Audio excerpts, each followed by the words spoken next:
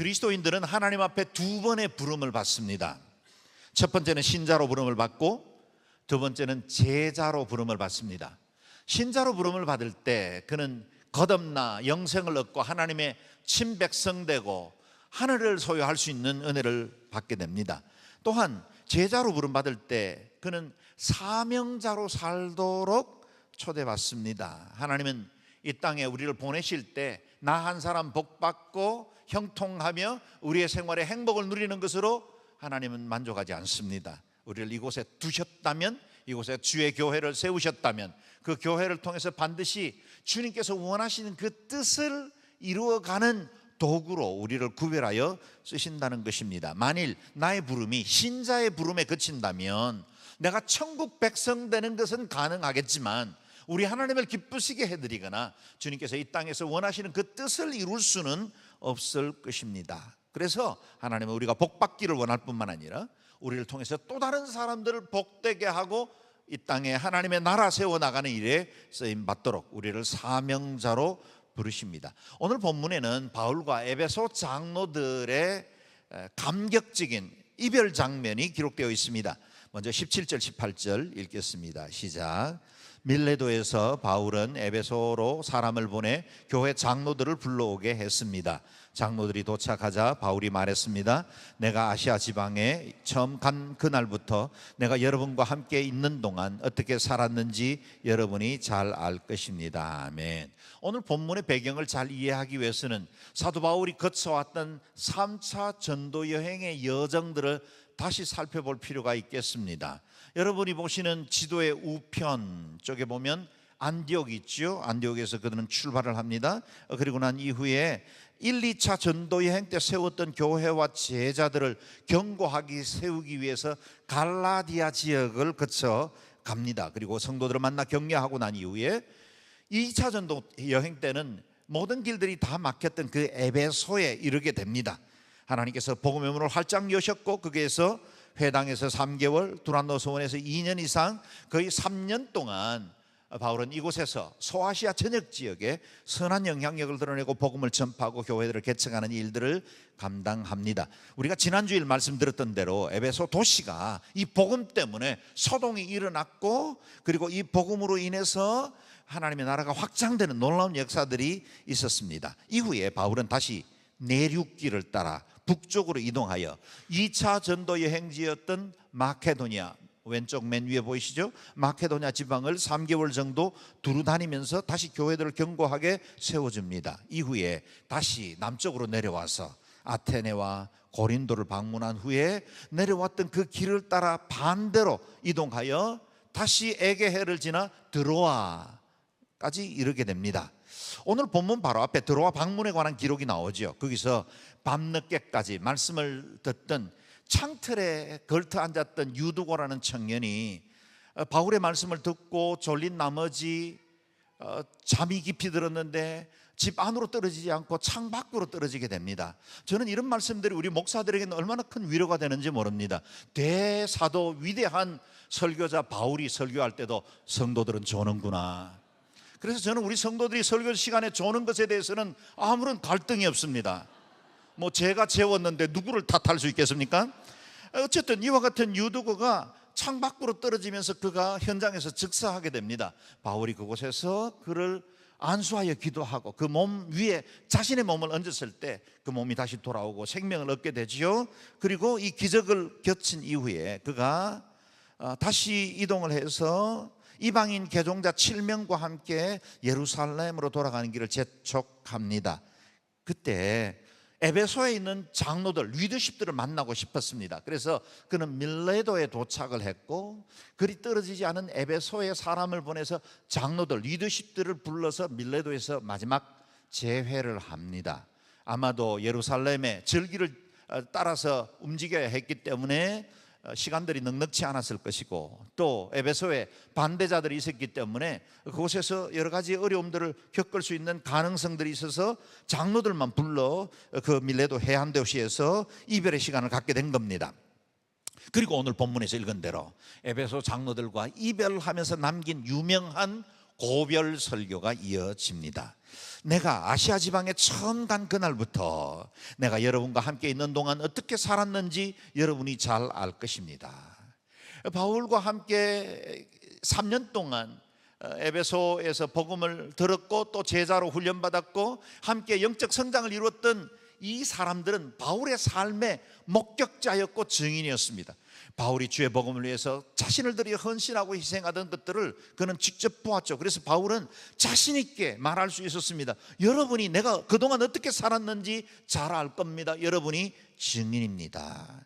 이 말씀을 한 이후에 바울은 그의 고별 설교 속에 우리 남아있는 그리스도인들인 저와 여러분, 제자된 우리, 사명자가 된 우리에게 주신 6가지 교훈을 남겨줍니다. 이 말씀이 마치 사도 바울의 유언적 설교이기도 하고 우리에게 남긴 중요한 교훈이기도 합니다. 첫 번째, 사명자는 겸손과 눈물로 섬기는 사람이라. 겸손과 눈물로 섬기는 자들이 사명자 곧 제자들이다 하는 겁니다. 19절 말씀을 같이 읽어보겠습니다. 시작. 내가 모든 겸손과 눈물로 주를 섬겼고 유대 사람들의 음모도 시련도 많이 당했습니다. 바울은 수많은 음모와 시련 중에도 겸손과 눈물로 주님을 섬겼다고 고백합니다. 에베소에서 복음을 전할 때 바울을 통해서 얼마나 많은 역사와 기적들이 드러났습니까? 그가 손을 얹었을 때 성령의 충만함이 임했고 귀신들이 떠나가고 병들이 치유하는 역사들이 일어났습니다. 심지어는 그가 가지고 있는 손수건을 또는 작업할 때 사용하던 그 앞치마를 환자 위에 덮기만 해도 병들이 일어나는, 치유되는 그와 같은 강력한 성령의 임재가 있었습니다. 그 엄청난 역사, 온 도시를 발칵 뒤집어 놓을 만한 역사들을 이루었는데도 불구하고 바울은 그런 화려한 사역을 자랑하지 않습니다. 오로지 모든 겸손과 눈물로 섬겼다고 3년의 사역을 회고하고 있습니다. 31절에도 비슷한 고백을 하고 있죠. 내가 3년 내내 여러분 모두에게 밤낮 쉬지 않고 눈물로 훈계한 것을 잊지 마십시오. 3년 내내 밤낮 쉬지 않고 눈물로 훈계한 것을 기억하라 합니다. 바울은 자신의 영적 권위로 에베소 성도들에게 명령하거나 지시하지 않고 눈물로 훈계함으로 그들이 하나님의 사람으로 바로 세워지기를 바랬던 겁니다. 1만 서성이 있으되 아비는 많지 않다고 말씀하신 것과 같죠. 그는 자녀를 생산하고 양육하는 어머니처럼 에베소 교회를 돌보고 그들을 사랑으로 섬겼던 겁니다. 이렇게 많이 섬기는 자가 리더입니다. 교회의 리더는 섬기는 사람입니다. 많이 섬기는 사람이 리더입니다. 사람들은 말 잘하고 유창하게 사람들을 설득하는 사람들에게 귀를 기울이기는 하지만 그렇다고 해서 그 사람들을 다 따르거나 존경하지는 않습니다. 삶으로 자신의 말한 그 모든 것들을 살아내는 리더십들, 먼저 섬기고 수고하고 다른 사람들 기다려주고 충성스럽게 주의 일들을 감당하는 사람들에게 사람들은 감화를 받고 그 사람들로 인해서 내 삶과 인생도 변화되는 것을 보게 됩니다. 사람들은 지위나 힘을 가진 사람들의 눈치를 보기는 하지만 그렇다고 그 사람들을 존경하는 건 아닌 것 같습니다. 마음으로 따르려면 나를 위해서 희생하고 섬긴 그 무엇 희생이 있어야 사람들은 그것에 감화를 받고 그를 존경하게 되는 겁니다. 바울은 자녀를 생산한 어머니처럼 교회를 사랑으로 섬겼고 눈물과 겸손으로 그들을 섬겨온 것입니다. 실제로 바울은 밀레도에 오기 전에 마게도냐를 거쳐오는 길에 고린도 교회에 다시 재방문한 적이 있었습니다. 바울이 고린도를 비운 사이에 그 2년 동안 어떤 거짓 교사들이 들어와서 바울을 비난하고 모함하는 일들을 해왔습니다. 그래서 그가 아픈 마음을 가지고 고린도 교회를 방문했지만 바울은 자신이 개척하고 자녀처럼 돌보아왔던 고린도 교회로부터 냉대를 받습니다.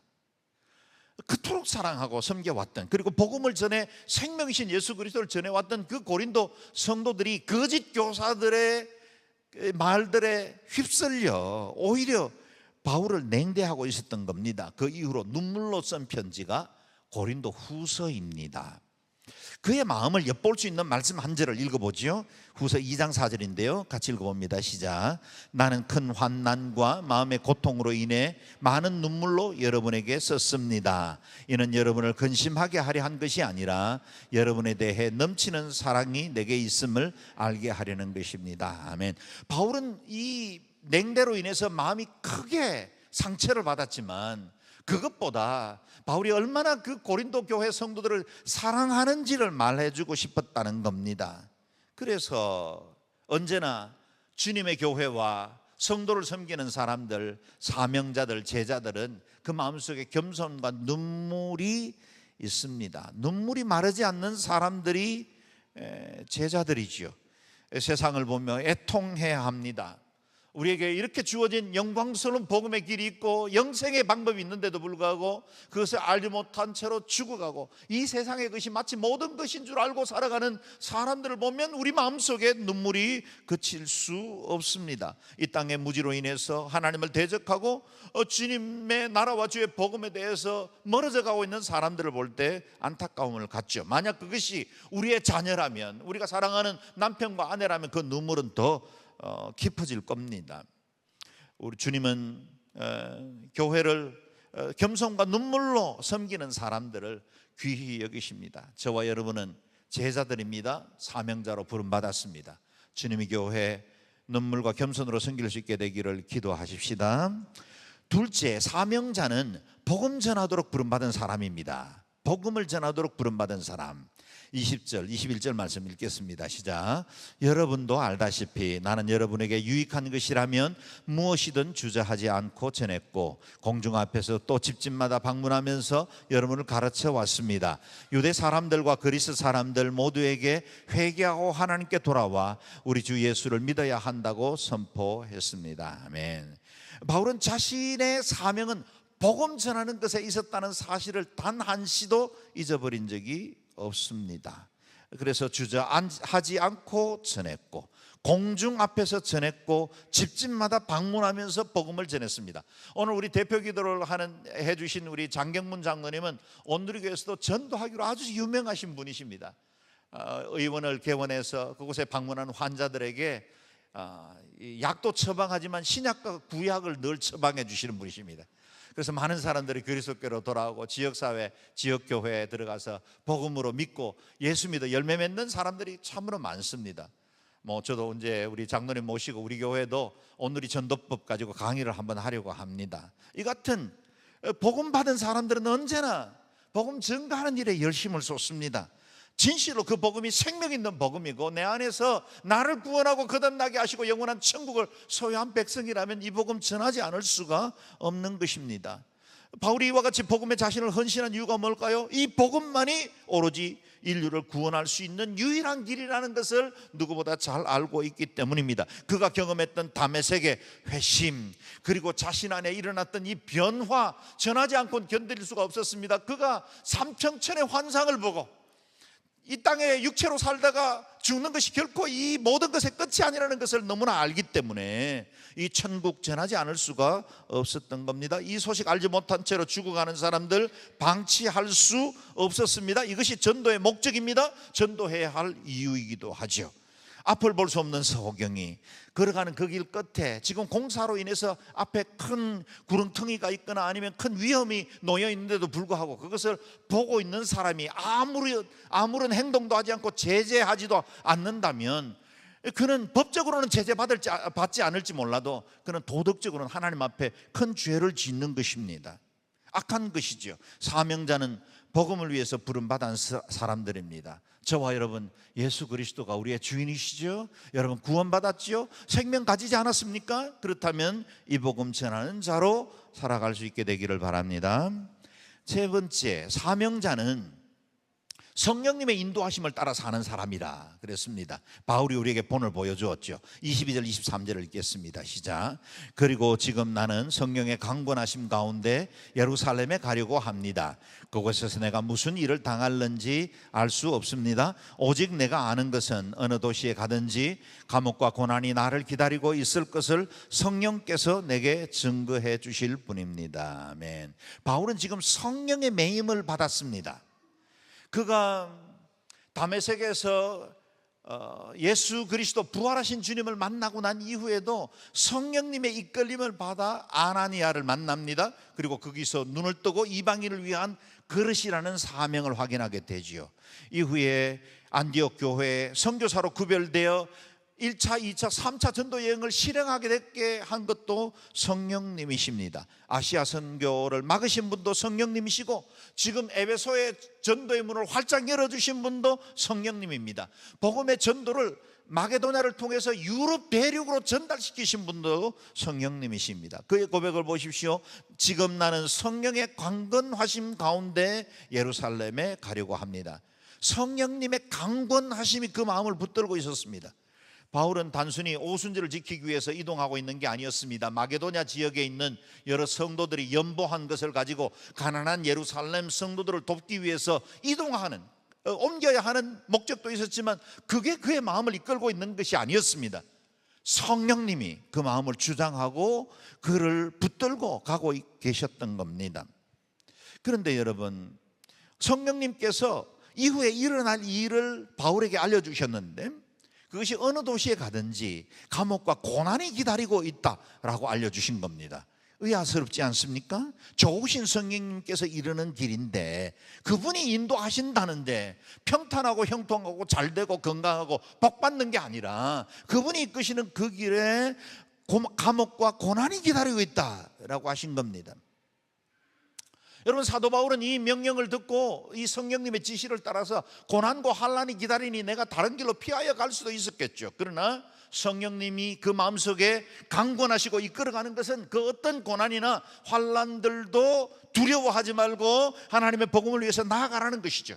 그리고 과연 그 이후에 그는 로마로 호송하게 되고 로마에서 전 세계의 심장부였던 복음을 전파하는 길들을 열게 되는 겁니다. 여러분, 사도 바울은 그가 고난 가운데 있었지만 결코 그 고난을 거절하지 않았습니다. 왜냐하면 하나님께서 그의 삶의 주인이시고 성령님께서 인도하시는 것이라면 가장 완전하고 가장 선한 길로 이끄신다는 사실을 그는 잘 알고 있었기 때문입니다. 그렇습니다. 사명의 길에는 언제나 십자가의 고난과 부활의 영광이 공존합니다. No cross, no crown. 십자가를 통과하지 않고 부활의 영광을 누릴 수 있는 방법은 없습니다. 사랑하는 여러분, 우리 성도들의 믿음의 생활은 뷔페 식당에서 우리가 먹고 싶은 음식들만 골라 먹듯이 믿음 생활에서 복음서 가운데서 우리가 원하는 말씀들, 은혜 받는 말씀들만 취하여 선택하고 나머지는 버릴 수 있는 방법은 없습니다. 우리는 때로 영원한 천국과 하나님의 자녀되는 권세를 누리기도 하지만 동시에 이 일을 거쳐가는 과정 중에는 때로 고난도 받고 여러 가지 어려움들도 겪게 되는 겁니다. 그래서 늘 우리가 성령님 안에서 사명자로 살기 위해 고난도 기꺼이 받을 줄 알아야 한다는 겁니다. 사명을 이루려면 예외 없이 사명자가 죽어야 합니다. 내가 죽어야 그리스도가 높아집니다. 내가 자세를 낮출 때 그리스도의 이름이 높임을 받습니다. 너희는 성령을 쫓아 행하라. 그리하면 육체의 욕심을 이루지 아니하리라. 성령님의 인도하심을 온전히 받을 때 우리 안에 있는 이 육체의 욕심을 이길 수 있게 됩니다. 또한 사명자는 성령님께 민감해야 합니다. 성령님은 우리에게 말씀하시는 분이시고 우리의 길을 인도해 주시는 분이십니다. 우리가 매일 성령님의 그 음성에 귀를 기울일 때 우리에게 주어진 그 어떤 환경, 어떤 상황들도 능히 이겨나갈 수 있습니다. 우리가 환난과 결박에 대한 두려움에 묶이지 않으려면 우리는 성령님의 그 강권하심에 묶여야 합니다. 우리가 세상의 것에 우리의 마음이 정복당하지 않으려면 내 마음이 그리스도께 온전히 정복당해야 합니다. 우리는 진공 상태로는 존재하지 않기 때문에 무언가가 채워져야 할 것이고, 우리가 세상의 것으로 지배받지 않으려면 성령님의 은혜와 말씀으로 채워져야만 이 세상을 능히 이기고 우리의 옛 정과 욕심을 이길 수 있는 겁니다. 사람들은 어떤 존재 그 무엇에 늘 묶여 삽니다. 사람들은 저마다 내 인생은 나의 것이라고 말하고 싶고 내가 내 삶을 마음껏 이끌어 나가는 주인이라고 말하고 싶지만 실제로 우리 모두는 그 무엇에 지배당하며 살고 있습니다. 어떤 사람들은 자아의 지배를 받기도 하고, 어떤 사람은 재물 또는 명예, 그리고 세상의 육체의 즐거움과 세상의 정욕에 빠져 있기도 합니다. 대부분의 사람들은 자신들이 능동태로 살고 있다고 착각하지만, 그러나 우리는 우리 모든 둘러싸고 있는 환경들, 내 과거, 그리고 내가 겪어온 모든 지식과 정보의 지배를 받고 살고 있습니다. 정직하게 내 인생은 수동태로 살고 있다는 것을 인정해야 합니다. 그렇다면 내가 어디에 묶여 있느냐가 중요하죠. 내가 지금 수동태로 살아야 한다면 나를 이끌어가는 것이 무엇인가, 나의 진정한 주권자가 누구인지를 바로 아는 것이 중요합니다. 사랑하는 여러분, 저와 여러분은 그리스도 예수께 속한 사람들입니다. 주님이 우리의 주권자가 되십니다. 그분의 지배를 받을 때만 우리가 온전한 하나님의 뜻을 이룰 수 있고 우리에게 계획하신 행복을 누릴 수 있게 됩니다. 삶의 주도권을 내가 잡으려고 움켜잡으면 이상하게도 하나님으로부터는 점점 멀어지게 됩니다. 고와 같은 인생이 됩니다. 그런데 하나님께 내 삶을 완전히 쳐서 복종시키고 그분에게 철저히 노예되기로 결정하면 우리 인생 안에 자유가 생깁니다. 평안이 있습니다. 세상이 알 수도 줄 수 없는 놀라운 기쁨이 우리의 마음을 지배하기 시작합니다. 저와 여러분의 심령이 그리스도 예수께 메인바 되기를 바라고 성령님의 강권하심을 따라 살아가시기를 주의 이름으로 축원합니다. 아멘. 네 번째, 사명자는 사명 성취를 위해 목숨을 거는 사람들입니다. 24절 너무 귀한 말씀이죠. 같이 우리의 고백처럼 읽어보겠습니다. 시작. 그러나 나는 내가 달려갈 길과 주 예수께서 내게 주신 사명, 곧 하나님의 은혜의 복음을 증가하는 사명을 다 완성하기 위해서라면 내 생명을 조금도 귀한 것으로 여기지 않습니다. 아멘. 제가 한 번 더 읽겠습니다. 그러나 나는 내가 달려갈 길과 주 예수께서 내게 주신 사명, 곧 하나님의 은혜의 복음을 증가하는 사명을 다 완성하기 위해서라면 내 생명을 조금도 귀한 것으로 여기지 않습니다. 아멘. 어느 누군가가 만약 이렇게 고백할 수만 있다면 그 앞에 무엇이 두렵겠습니까? 그 무엇이 그 인생을 어렵고 시험들게 만들 수 있겠습니까? 이 정도의 고백을 할 수 있는 삶이라면 두려움이 없습니다. 어떤 환경, 어떤 상황 안에서도 돌파해 나갈 수 있는 힘과 용기를 얻게 될 것입니다. 그리고 동시에 이 말씀은 수많은 목회자들에게, 그리고 제가 늘 붙들고 묵상하는 말씀이기도 합니다. 가끔씩 저의 사명을 점검합니다. 내가 섬기는 이 모든 교회 사역과 복음의 사역들이 정말 그리스도 안에서 내 생명을 드려도 좋을 만한 것인가, 나는 그런 태도로 여전히 사역하고 있는가 늘 돌아보기도 합니다. 그런데 여기 내가 달려갈 길이라고 말했는데 영어 성경은 번역본에 따라서 조금씩 다른 단어를 사용합니다. 어떤 성경은 my course 라고 말하기도 하고 어떤 성경은 my race 라고 말하기도 합니다. 사명자에게는 언제나 달려갈 코스가 있죠. 우리가 결코 멈추지 않아야 할 레이스, 경주가 있습니다. 바울은 그가 달려가야 할 평생의 레이스를 하나님의 은혜의 복음을 증가하는 사명이라 그랬습니다. 하나님의 은혜의 복음, 복음에는 하나님의 은혜가 풍성하죠. 우리가 노력해서 얻은 구원 아닙니다. 주님께서 거저 우리에게 베풀어 주신 십자가의 대속의 은혜로 베풀어 주신 그 은혜입니다. 우리를 의롭다 인정해 주신 그 은혜죠. 그 은혜의 복음을 증거하는 사명, 그것을 마치려 하면 내 생명도 조금도 아끼지 않겠다 고백하고 있는 겁니다. 그렇기 때문에 인생을 허비할 수가 없었습니다. 목적지에 도착할 때까지는 결코 멈출 수도, 주저앉을 수도, 뒤돌아설 수도 없었던 겁니다. 왜냐하면 아직도 경주가 끝나지 않았기 때문이죠. 그렇습니다. 우리의 경주는 아직 끝나지 않았습니다. 저와 여러분이 다름질해야 하는 길은 여전히 남아있고 하나님께서 위에서 부르신 부름의 상급을 쫓아서 계속해서 뛰어야 합니다. 지금 사람마다 달리는 지점들은 조금씩 다를 수 있지만 이 사명을 위한 경주는 주님 앞에 설 때에만 끝이 날 겁니다. 은퇴했다고 해서 경주 마친 거 아닙니다. 물론 평생을 수고하고 다름질했으면 쉬실 자격 충분합니다. 이제는 누려도 되고 즐겨도 아무도 정죄하지 않습니다. 그러나 분명한 것은 아직 우리의 영적 전쟁은 끝나지 않았고 우리가 생명이 있는 한은 우리의 사명은 끝나지 않았다는 사실입니다. 우리는 칼집에 칼을 꽂을 때가 아닙니다. 지금은 사명의 시간입니다. 바울은 노년에도 결코 다름질을 멈추지 않았습니다. 빌립보서 3장 12절 말씀이죠. 같이 읽어봅니다. 시작. 내가 이미 얻었다 함도 아니요 온전히 이루었다 함도 아니라 오직 내가 그리스도 예수께 잡힌 바 된 그것을 잡으려고 쫓아가노라. 아멘. 사도 바울은 그의 노년에도 여전히 그 사명을 그대로 주장하고 있습니다. 그의 모든 사명의 길 얻은 것 아니다, 아직 온전히 이룬 것 아니다, 아직도 나는 달려갈 길이 많다. 그래서 사명자는 그리스도 예수께 잡힌 수동태 인생을 산다는 사실을 우리가 보여주고 있죠. 우리가 알고 있는 수많은 믿음의 선배들, 2000년 교회 역사 동안 주의 복음을 위해서 살아온 수많은 믿음의 선배들이 즐거이 그리스도 예수께 예속되었고 수동태 인생을 살아감으로 이 땅에 하나님의 나라를 확장하고 주께서 이 땅에 원하시는 뜻을 이루어 나가는 사명자의 삶을 살아간 것입니다. 그들은 충만했고 담대했고 자유로웠고 능력이 있었습니다.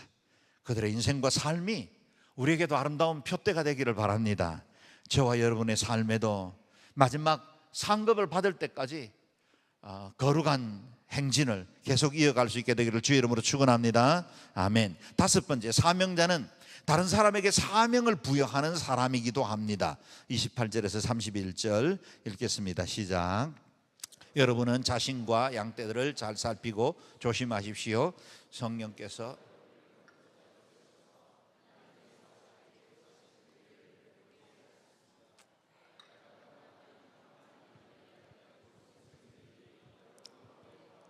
양떼를 해치려 할 것을 압니다. 또한 여러분 가운데서도 사람들이 들고 일어나 제자들을 빼내 자기들을 따르게 하려고 진리를 왜곡할 것입니다. 그러므로 정신을 똑바로 차려 깨어 있어야 합니다. 내가 3년 내내 여러분 모두에게 밤낮으로 쉬지 않고 눈물로 훈계한 것을 잊지 마십시오. 아멘. 사명자는 자신의 사명을 위해서 다름질할 뿐만 아니라 또 다른 사람들에게 사명을 부여하는 사람입니다. 사명의 자리로 초대하는 사람이죠. 마치 1:1 양육자가 동반자에게 나처럼 제자의 훈련을 받은 이후에 또 다른 사람들을 제자 삼아 주십시오 라고 요청하는 것과 같습니다. 예수 그리스도를 어느 누군가의 전도를 통해서 믿게 된 사람이 자기가 받은 이 예수 그리스도를 다른 사람들에게 또 전파함으로 하나님의 나라를 소유하게 하는 것이죠. 바울은 자신이 사명자로 세웠던 그 에베소 장로들에게 교회를 부탁합니다. 여러분, 교회는 예나 지금이나 흉악한 이리떼의 공격 앞에 늘 노출되어 있습니다.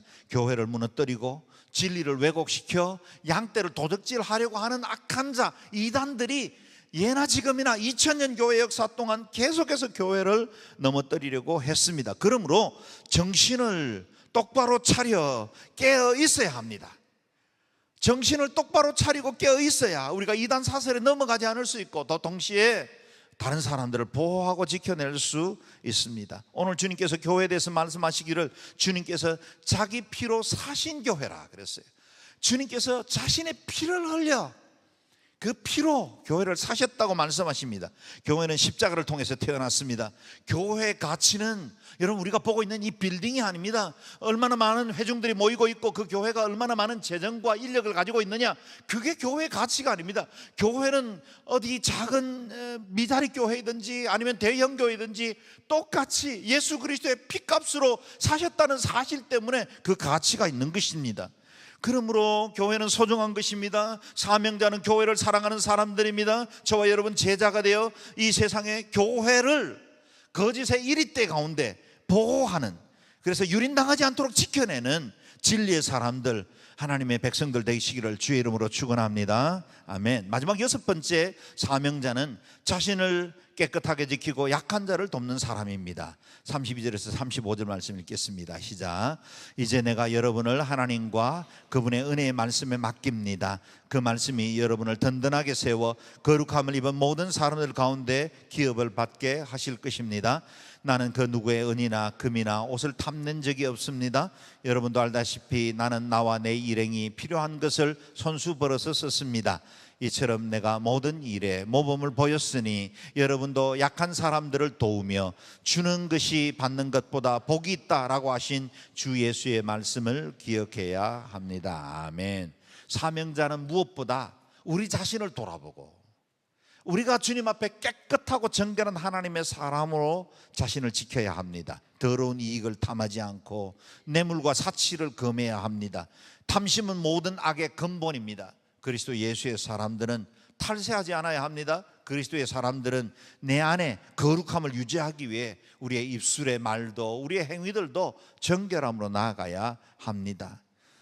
우리가 움켜쥐면 없어집니다. 나누면 풍성해집니다. 사도 바울은 에베소에서 사역하는 3년 동안 물질에서도 깨끗한 본을 보여주었습니다. 자신의 피로들을 얻기 위해서 텐트를 입고 자비량으로 자신의 모든 피로들을 채워 나갔습니다. 사명자는 물질에도 청지기가 되어야 하고 언제나 도덕적인 본을 끼칠 수 있어야 합니다. 우리 주님께서 말씀하신 것처럼 주는 것이 받는 것보다 복이 있다. 나누어 주다 보면 그 복이 우리에게 흘러 들어옵니다. 샘물도 퍼내야 새로운 물이 다시 솟아나지요. 우리가 그리스도의 사랑으로 흘러보낼 때 그 사랑이 열국 가운데 복이 될 뿐만 아니라 우리 자신도 복을 받을 수 있습니다. 예수님의 말씀을 따라 늘 나누는 삶을 살아야 합니다.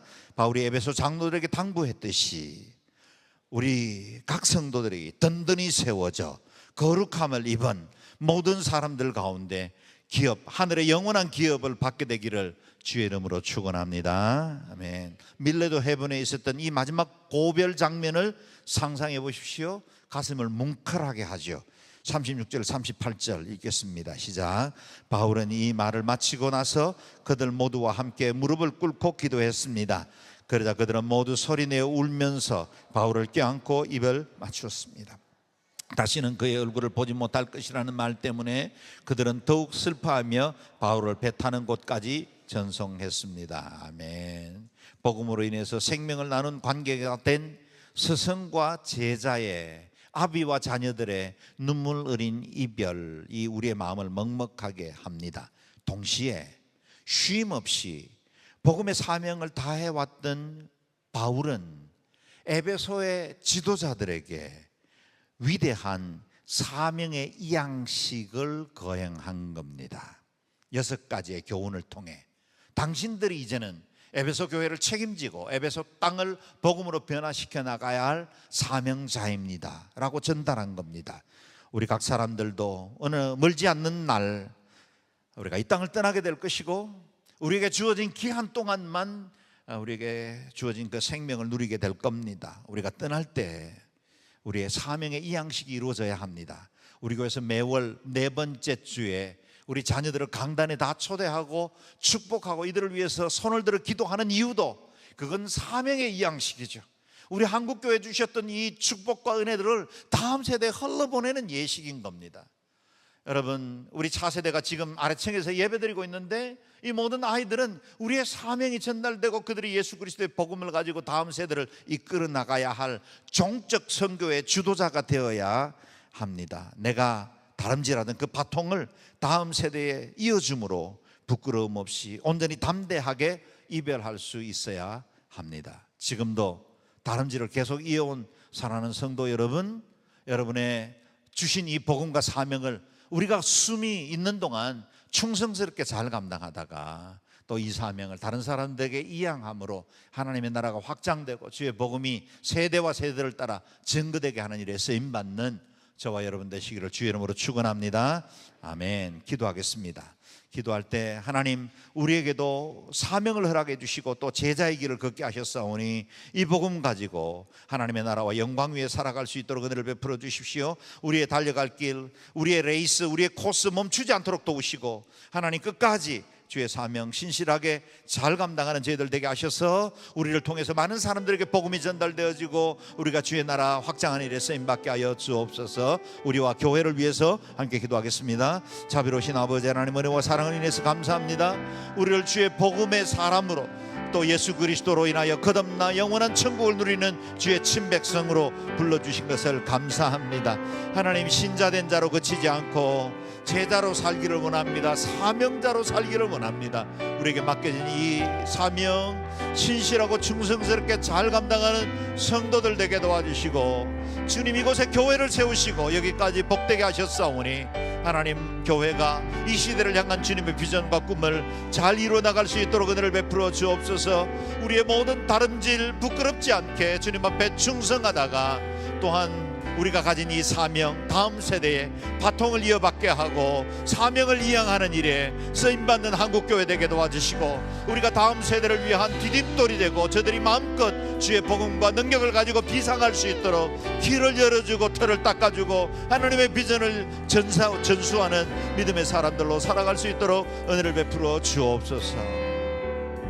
자비로우신 아버지 하나님, 우리가 영원한 생명을 얻어 구원받은 것과 같이 사명 가진 존재로 제자된 자로 이 복음 전파하고 하나님의 나라 확장하는 일에 쓰임받는 저희와 교회가 되게 하여 주옵소서. 감사드리옵고 예수님 존귀하신 이름으로 기도드리옵나이다. 아멘.